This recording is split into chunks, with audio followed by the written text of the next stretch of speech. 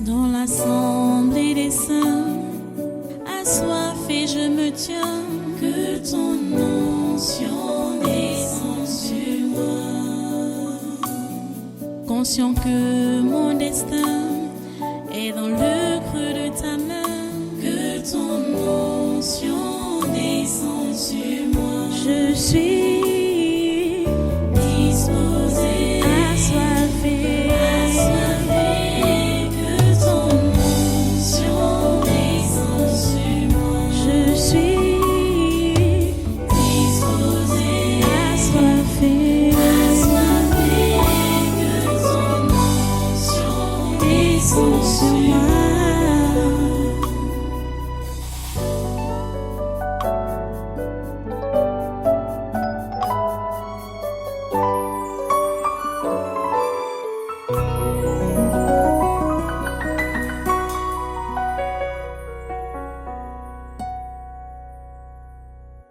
Alléluia. Voilà, j'ai dit de prendre dans Jean, chapitre 6. Chapitre 6. On va lire juste pour commencer, pour introduire, je veux dire. Ok, c'est tout le chapitre 6. On avait déjà commencé à enseigner sur ce chapitre. Je reviens sur ça parce qu'on a un peu arrêté. Je reviens donc sur ça. Mais on va prendre pour lecture d'introduction aujourd'hui à partir du verset 26. À partir du verset 26. Jésus leur répondit, en vérité, je vous le dis, vous me cherchez non parce que vous avez vu des miracles, mais parce que vous avez mangé des pains et que vous avez été rassasiés. Travaillez non pour la nourriture qui périt, mais pour celle qui subsiste pour la vie éternelle, et que le Fils de l'homme vous donnera, car c'est lui que le Père, que Dieu a marqué de son sceau, et lui dire, que devons-nous faire pour faire les œuvres de Dieu? Jésus leur répondit, l'œuvre de Dieu, c'est que vous croyez en celui qui l'a envoyé. Quel miracle fais-tu donc? Lui dirent-ils, afin que nous le voyions et que nous croyions en toi. Que fais-tu? Nos pères ont mangé la manne dans le désert, selon ce qui est écrit, il leur donna le pain du ciel à manger. Jésus leur dit, en vérité, je vous le dis, Moïse ne vous a pas donné le pain du ciel, mais mon Père vous donne le vrai pain du ciel. Car le pain de Dieu, c'est celui qui descend du ciel et qui donne la vie au monde. Arrêtons à ce niveau-là et prions le Seigneur. Dieu Tout-Puissant, nous te remercions pour ta parole de ce jour et nous te prions de la bénir. Et de bénir tous ceux-là qui sont connectés à ce programme, tous ceux-là qui écoutent ta parole, bénis-les et dispose-les, c'est-à-dire dispose leur cœur, Seigneur, à recevoir ta parole et à se conformer à elle. Merci Père Saint de ton intervention. Merci pour ta volonté parfaite qui s'accomplit dans nos vies en ce jour. À toi toute la gloire et tous les honneurs. Au nom de Jésus, nous avons prié. Amen. Amen. Voilà, nous revenons sur ce passage parce que c'est vraiment important que nous puissions comprendre que nous sommes appelés à travailler pour la nourriture qui subsiste pour la vie éternelle. Non pour celle-là qui périt, mais la nourriture qui subsiste pour la vie éternelle. Nous devons travailler pour le pain de vie. Le pain de vie. Jésus avait donné du pain aux gens. Du pain et du poisson. Il a fait le miracle. Il a multiplié 5 pains et 2 poissons. 5 pains et 2 poissons, seulement. 5 et 2. 5 pains, 2 poissons. Et plus de 5000 personnes ont mangé cela. Plus de 5000 personnes ont mangé. Ils ont été rassasiés jusqu'à ce qu'il y a même eu des restes. Il y a eu des restes qu'on a remplis parmi les paniers avec les restes. Le lendemain, ils sont à la recherche de Jésus.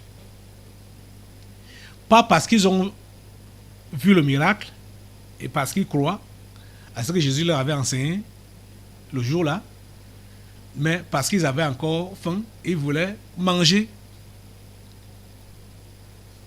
Ils avaient oublié que le pain qu'ils ont mangé était un miracle que Jésus venait de faire. Jésus l'a su. Jésus a su que ces gens, ils ne croient même pas en moi.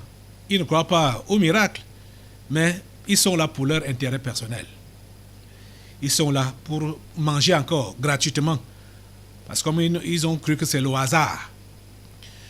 Donc c'est comme ça que plusieurs mènent dans leur vie sur cette terre comme si c'était le hasard. Sans savoir que chacun d'entre nous vit par miracle. Le miracle de Dieu, c'est ça qui nous fait vivre tous les jours. Le miracle de Dieu, c'est ça qui nous fait vivre tous les jours. Soulever ton pied, mettre ça devant l'autre, c'est un miracle. Bouger, comme je bouge là, s'asseoir même, comme je suis assis là, c'est un miracle. Parler, comme je le fais là, c'est un miracle. La vie de l'homme est un miracle. Mais plusieurs prennent cela comme du hasard. Et c'est étonnant de constater que même les chrétiens, ceux-là qui sont nés de nouveau, qui disent qu'ils sont nés de nouveau, continuent à prendre cette vie comme un hasard. Comme si les choses qui arrivent, bon, ça devait arriver. Donc, comme c'est arrivé, bon, ça va, il n'y a pas du surnaturel, il n'y a pas... Hein, c'est ça qui devait arriver, on prend ça comme ça, on avance. Et c'est pourquoi on reste ingrat vis-à-vis de Dieu. Et on ne met pas Dieu au centre de nos affaires. Parce qu'on croit que la vie est un hasard. Que notre existence est un hasard. Ce n'est pas un hasard. Cher ami, toi qui dis que tu as donné ta vie à Jésus, tu dois comprendre que ta vie n'est pas un hasard. Ou toi qui es toujours en train de te plaindre des manques, des besoins, des problèmes, ton état de santé, cite le manque de travail, manque d'argent, manque de logement, citez. Vous êtes seulement dans les lamentations, les plaintes, sans savoir que ce dans quoi vous vivez déjà, c'est un miracle. Rendez grâce à Dieu pour cela et soyez concentrés sur lui avant de réclamer d'autres choses. Et même quand vous êtes concentrés sur Dieu, la Bible nous fait comprendre que les autres choses, même là, on aura ça juste comme des bonus.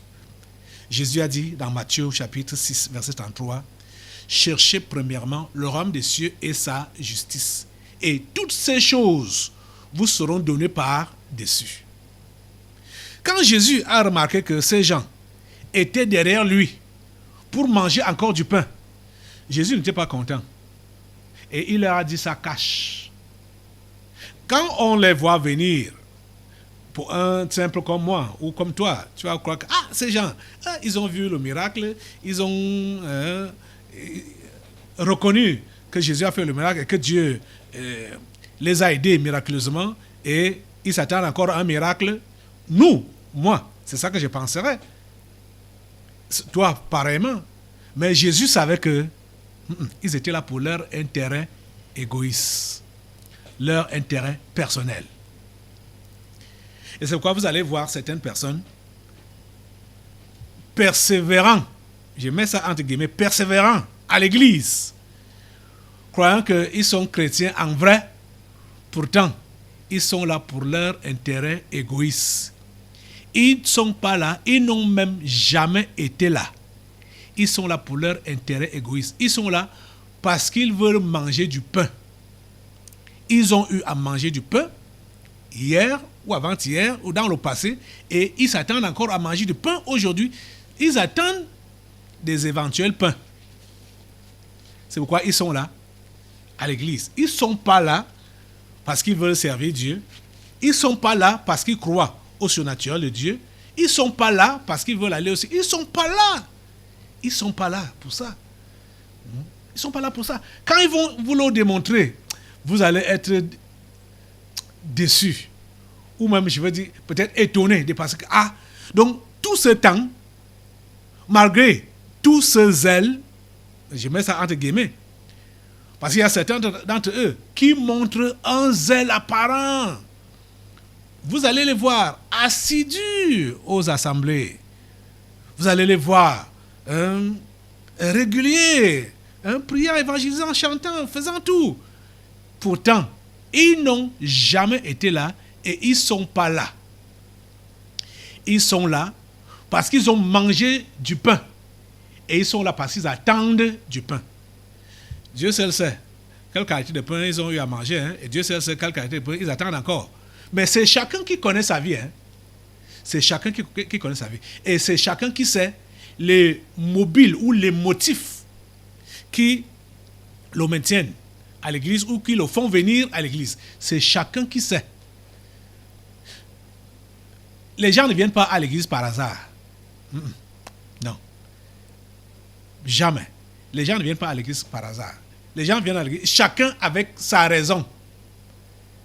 Ces gens étaient par milliers, ceux qui ont suivi Jésus là, ils étaient par milliers, puisque la veille, on nous dit qu'ils étaient plus de 5000. Plus de 5000. Plus de 5000 qui ont mangé du pain et du poisson. Et le lendemain, ils étaient encore là, derrière Jésus, pour vouloir manger du pain et du poisson. Ils étaient nombreux. Vous voyez, des foules qui peuvent suivre Jésus pour leurs intérêts égoïstes. Toi, tu es là aujourd'hui, ou tu es là depuis des années. Pour quel intérêt? Qu'est-ce que tu cherches dans cette maison? Histoire d'amener la liberté. On ne vient pas ici par hasard. Jamais. On ne vient pas ici par hasard. On vient ici pour une raison ou une autre. Mais ce que je vais vous enseigner aujourd'hui, ce que je suis en train de vous enseigner aujourd'hui, c'est que vous devez avoir des bonnes raisons qui vous amènent ici ou qui vous maintiennent dans cette maison. C'est ces bonnes raisons que vous devez avoir. Et c'est là que je vais vous orienter, comme Jésus a voulu orienter ceci. Jésus leur a fait comprendre que vous êtes venus là parce que vous voulez manger du pain.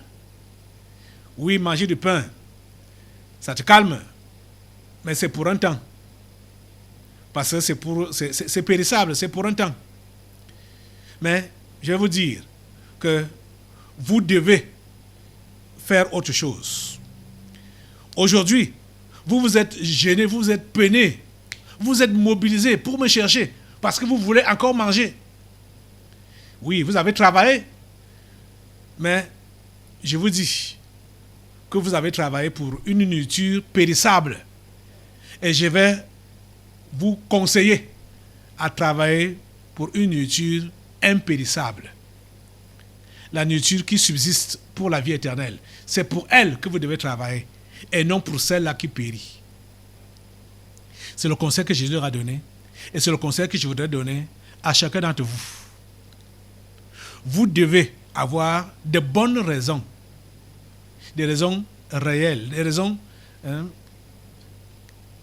qu'il faut pour venir ici à l'église, pour dire que vous êtes chrétien. Ce n'est pas seulement pour que vous ayez vos besoins présents rencontrés, pour que vous soyez guéri de votre maladie là, pour que vous puissiez trouver un mari ou bien trouver une femme ou bien trouver un travail, ou bien pour que vos dettes soient payées, ou bien pour que vous puissiez décrocher les gros marchés. Parce que voilà les raisons qui amènent les uns et les autres dans les églises. Mais ça ne doit pas être ça qui t'amène ici là. Tu dois travailler, non pour la nourriture qui périt, mais pour celle qui subsiste pour la vie éternelle. Tu dois travailler pour le pain de vie. Et le pain de vie, c'est qui? Le pain de vie, c'est Jésus lui-même. Le pain de vie, c'est Jésus lui-même. Nous allons repartir dans notre texte pour continuer la lecture. Peut-être il faut que nous partions là où nous sommes arrêtés en introduisant aujourd'hui. Ok. Allons au verset 33. Jésus dit, « Car le pain de Dieu, c'est celui qui descend du ciel et qui donne la vie au monde. » Le pain, c'est celui. Donc Jésus nous fait comprendre que le pain, c'est une personne. c'est celui qui descend du ciel et qui donne la vie au monde. Il lui dit, Seigneur, donne-nous toujours ce pain.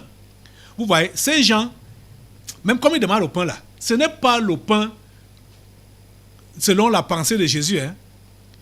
Ils sont toujours dans l'optique de manger le pain périssable. Oh mon Dieu.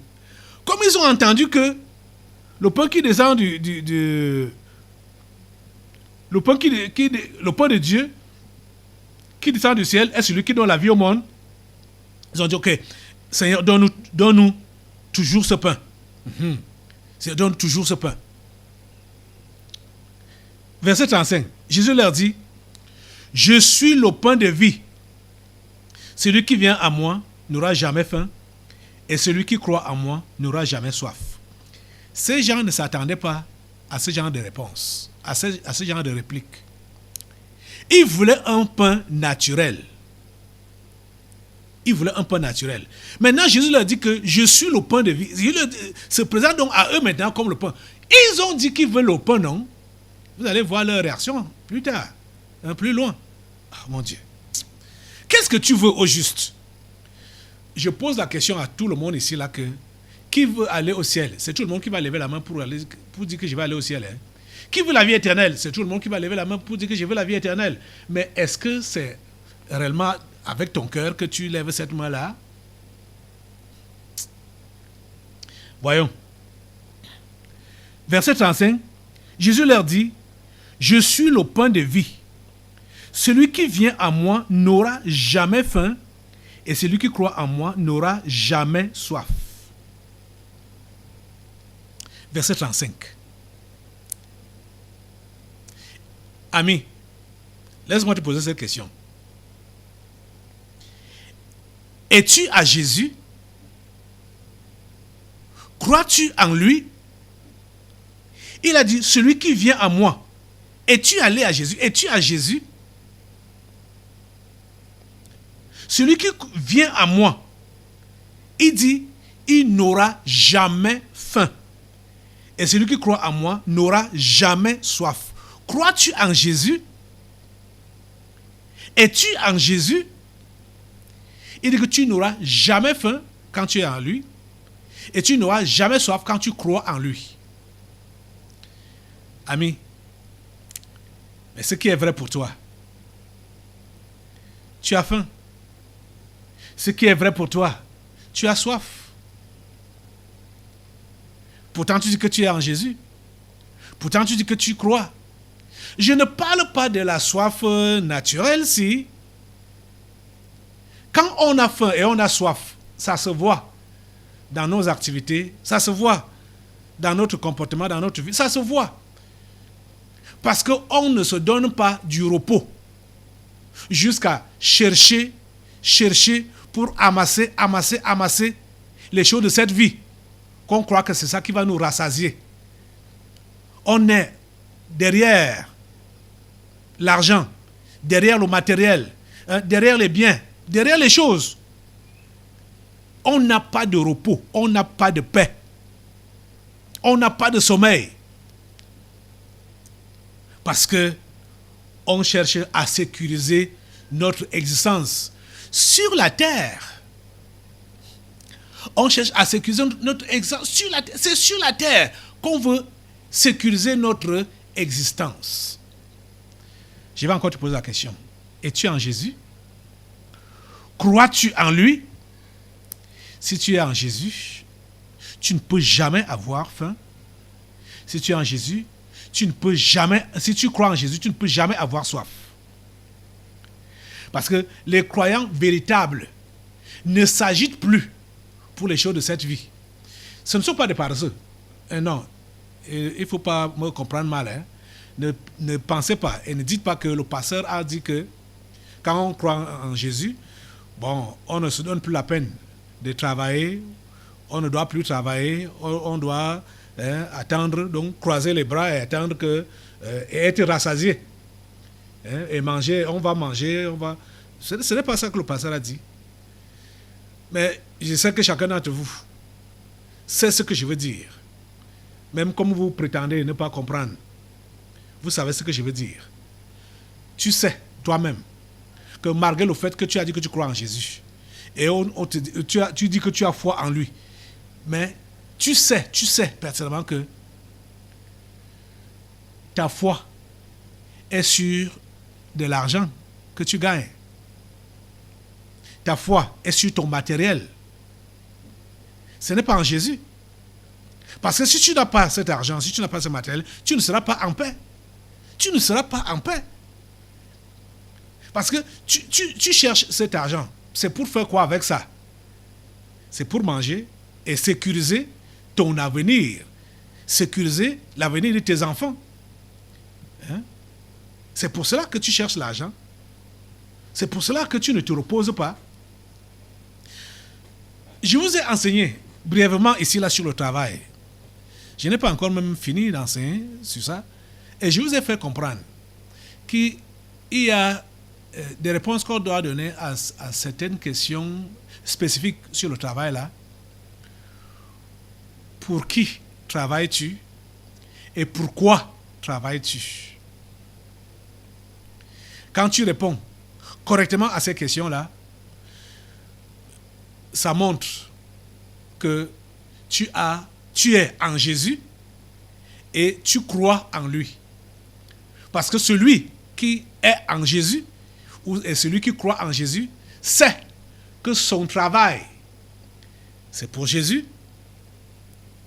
Il travaille pour Jésus et il travaille pour qui? Pour Jésus. Pourquoi?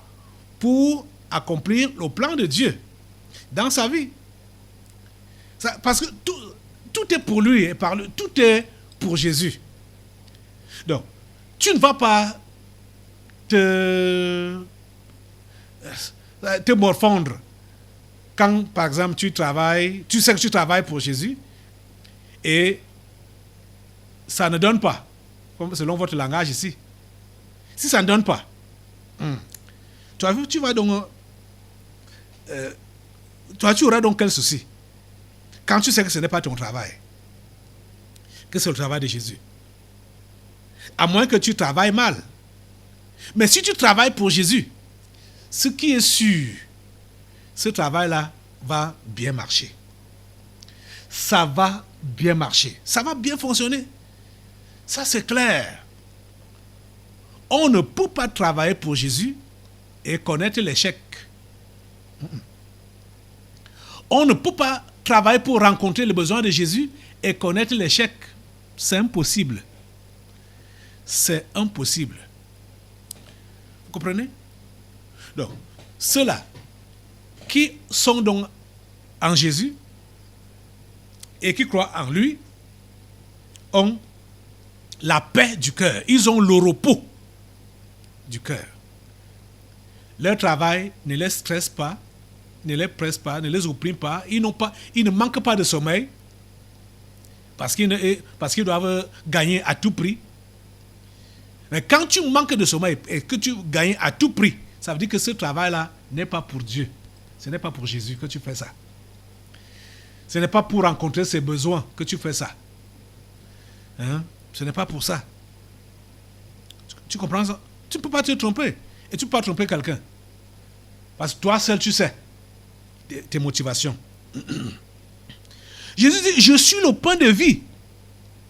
Celui qui vient à moi n'aura jamais faim. Et celui qui croit en moi n'aura jamais soif. Verset 36. Mais je vous l'ai dit, vous n'avez pas vu. Mais je vous l'ai dit, vous m'avez vu et vous ne croyez point. Donc, quand je lis là, et vous-même vous lisez là, on comprend que ce n'est pas la première fois que Jésus leur dit ça. Jésus leur avait déjà dit ça. Ils n'ont pas cru. Ils n'ont pas cru. Vous voyez ça? Ils n'ont pas cru. Et les questions qu'ils posent à Jésus, ils continuent à poser à Jésus là, ça cherche quelque chose. On croit qu'ils sont sérieux alors qu'ils ne sont pas du tout sérieux. Ils ne sont pas sérieux. Jésus dit, mais je vous l'ai dit, vous m'avez vu et vous ne croyez point. Verset 37, il dit, tout ce que le Père me donne viendront à moi, et je ne mettrai pas dehors celui qui vient à moi. Car je suis descendu du ciel pour faire non ma volonté, mais la volonté de celui qui m'a envoyé. Or, la volonté de celui qui m'a envoyé, c'est que je ne perde rien de tout ce qu'il m'a donné, mais que je le ressuscite au dernier jour. Verset 40. La volonté de mon Père, c'est que quiconque voit le Fils et croit en lui ait la vie éternelle, et je le ressusciterai au dernier jour. Vous voyez? Ok. Verset 44. Oh, bon, on va quand même continuer. Verset 41. Les Juifs murmuraient à son sujet, parce qu'il avait dit, je suis le pain qui descend, je suis le pain qui est descendu du ciel. Verset 42. Et il disait, n'est-ce pas là Jésus, le fils de Joseph, celui dont nous connaissons le père et la mère? Comment donc dit-il, je suis descendu du ciel? Jésus leur répondit, ne murmurez pas entre vous. Nul ne peut venir à moi si le Père qui m'a envoyé ne l'attire, et je le ressusciterai au dernier jour. Il est écrit dans les prophètes, ils seront tous enseignés de Dieu. Ainsi, quiconque a entendu le Père et a reçu son enseignement vient à moi. C'est que nul n'a vu le Père, sinon celui qui vient de Dieu. Celui-là a vu le Père, et celui-là a vu le Père. Verset 47. En vérité, je vous le dis, celui qui croit en moi a la vie éternelle. Verset 48. Je suis le pain de vie. Ouais, Jésus est en train d'insister qu'il est le pain de vie. Et Jésus est en train d'insister que celui qui le mange ne peut pas avoir faim. Celui qui croit en lui ne peut pas avoir soif. C'est Jésus le pain de vie. L'as-tu déjà mangé? Est-ce que tu es en train de le manger? Parce qu'en même temps, nous allons continuer quand même la lecture. La lecture est sincèrement longue parce que... ok, on continue. Verset 49. Vos pères ont mangé la manne dans le désert et ils sont morts. C'est ici le pain qui descend du ciel, afin que celui qui en mange ne meure point. Vous voyez? Vous entendez? Le pain qui descend du ciel, celui qui en mange ne meurt point. Je suis le pain vivant qui est descendu du ciel. Si quelqu'un mange de ce pain, il vivra éternellement. Et le pain que je donnerai, c'est ma chair que je donnerai pour la vie du monde. Vous voyez? Jésus insiste qu'il est non seulement le pain de vie, mais le pain vivant qui est descendu du ciel. Et il doit être mangé. Et la personne qui mange de ce pain-là ne peut pas avoir faim. La personne-là a la vie. La personne-là a la vie. Rappelez-vous de ce que cet évangile dit toujours, l'évangile de Jean, au chapitre 1. Allons là-bas, retournez un peu derrière là. Jean chapitre 1, à partir du verset 1. Au commencement était la parole, et la parole était avec Dieu, et la parole était Dieu. Cette parole, c'est Jésus, hein, bien sûr. Elle était au commencement avec Dieu. Toutes choses ont été faites par elle, et rien de ce qui a été fait n'a été fait sans elle. En elle était la vie, et la vie était la lumière des hommes. Ouais. La parole, c'est Jésus. Jésus, c'est la parole. Jésus, c'est le pain de vie. Vous comprenez donc que quand il a dit aux gens ici qu'ils doivent manger son corps, sa chair, ils doivent le manger. Beaucoup ont compris que soit il voulait se tuer et leur donner sa chair à manger. Ils ne comprenaient pas qu'il parlait de lui-même en tant que parole. Jésus est le pain de vie. Jésus est la parole de vie. La parole faite chair qui a habité parmi nous. Oh mon Dieu. Les amis, est-ce que vous comprenez pourquoi certains parmi vous là, même après avoir démarré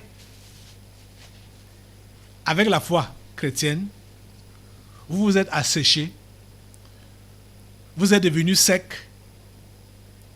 c'est parce que vous ne consommez plus le pain.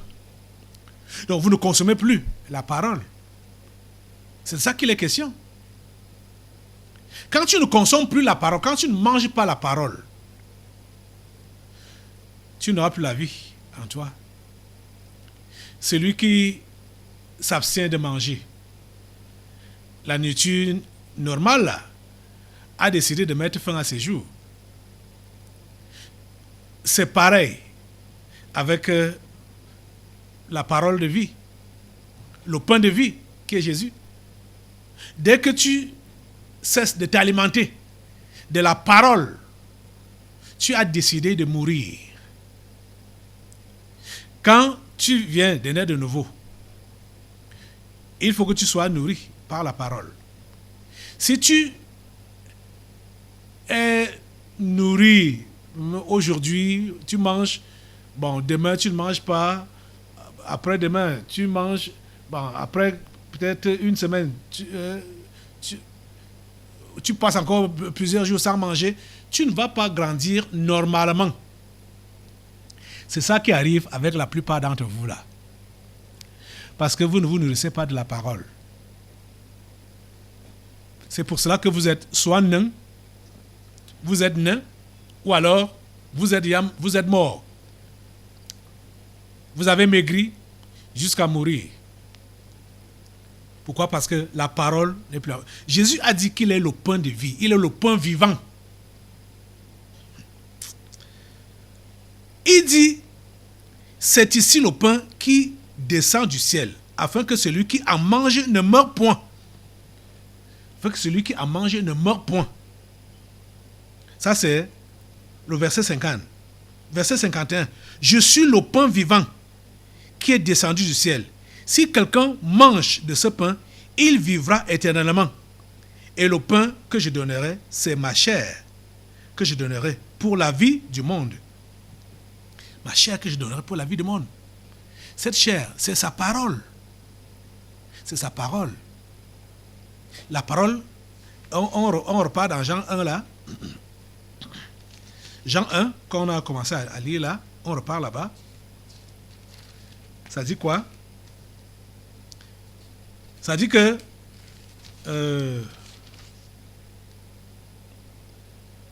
elle était dans le monde, parlant de la lumière. Il parle de la lumière et parole, même chose. La lumière, lui, dans les ténèbres non pas. Ok. Elle est dans le monde et le monde a été fait par elle. Et le monde ne l'a point connue. Elle est venue chez les siens et les siens ne l'ont point reçue. Mais à tous ceux qui l'ont reçue, à ceux qui croient en son nom, elle a donné le pouvoir de devenir enfants de Dieu, lesquels sont nés non du sang, ni de la volonté de la chair, ni de la volonté de Dieu, ni de la volonté de l'homme, mais de Dieu. Verset 14. Et la parole a été faite chair. Et la parole a été faite chair. C'est pourquoi Jésus dit ici que le pain qu'il donnera, c'est sa chair. Verset 14 nous dit que et la parole a été faite chair. Et elle a habité parmi nous, pleine de grâce et de vérité. Et nous avons contemplé sa gloire, une gloire comme la gloire du Fils unique venu du Père. Vous voyez donc? Pourquoi est-ce que Jésus dit ici au verset 51 de Jean 6, je suis le pain vivant qui est descendu du ciel. Si quelqu'un mange de ce pain, il vivra éternellement. Et le pain que je donnerai, c'est ma chair que je donnerai pour la vie du monde. Jésus a donné sa chair. Il s'est donné, il s'est livré pour la vie du monde. Jésus est la parole. Jésus est le pain. On doit le consommer au quotidien pour vivre, pour avoir de sa vie et pour fonctionner avec sa vie sur cette terre. Voilà le secret. Quand il a parlé à ces gens, ils ne l'ont pas compris. Comme plusieurs parmi vous, là, vous ne comprenez pas. Ils ne l'ont pas compris. Ils n'ont pas compris. Ils n'ont rien compris. Allons un peu au verset 54. Il dit, celui qui mange ma chair et qui boit mon sang a la vie éternelle, et je le ressusciterai au dernier jour. car ma chair est vraiment une nourriture et mon sang est vraiment un breuvage. Celui qui mange ma chair, verset 56, celui qui mange ma chair et qui boit mon sang demeure en moi et je demeure en lui. Vous voyez, vous comprenez ça, le verset 56. Celui qui mange ma chair et qui boit mon sang demeure en moi et je demeure en lui. Comme le Père qui est vivant m'a envoyé et que je vis par le Père, ainsi celui qui me mange vivra par moi. Celui qui me mange vivra par moi. Donc, vous voyez donc que si vous ne mangez pas la parole, vous ne pouvez pas vivre. On vit par la parole, on vit par cette parole. C'est par elle qu'on vit. Les amis, voici notre nourriture, la parole de Dieu, la Bible, de Genèse à l'Apocalypse. C'est le conseil de Dieu. Quand tu mets ce conseil en pratique, c'est là que tu vas vivre. Quelqu'un qui va dire qu'il est chrétien et rejette les conseils de ses livres pour dire que c'est les hommes qui ont écrit ça, il a rejeté la vie. Il a rejeté Dieu. Il a rejeté la vie. Tout ce qu'il fait, c'est la religion, c'est la philosophie. Il n'a rien à faire ni à voir avec Dieu. Vous comprenez? Pour avoir la vie, il faut consommer le pain de vie. Il faut consommer la chair de Jésus et boire de son sang. C'est sa parole. C'est sa parole. Tu ne peux pas rejeter les enseignements de Jésus et prétendre être son enfant et prétendre avoir la vie. Vous voyez? Plusieurs parmi vous, vous voulez la vie, mais ce n'est pas la vie éternelle que vous voulez. Vous voulez la vie de cette terre et non la vie éternelle.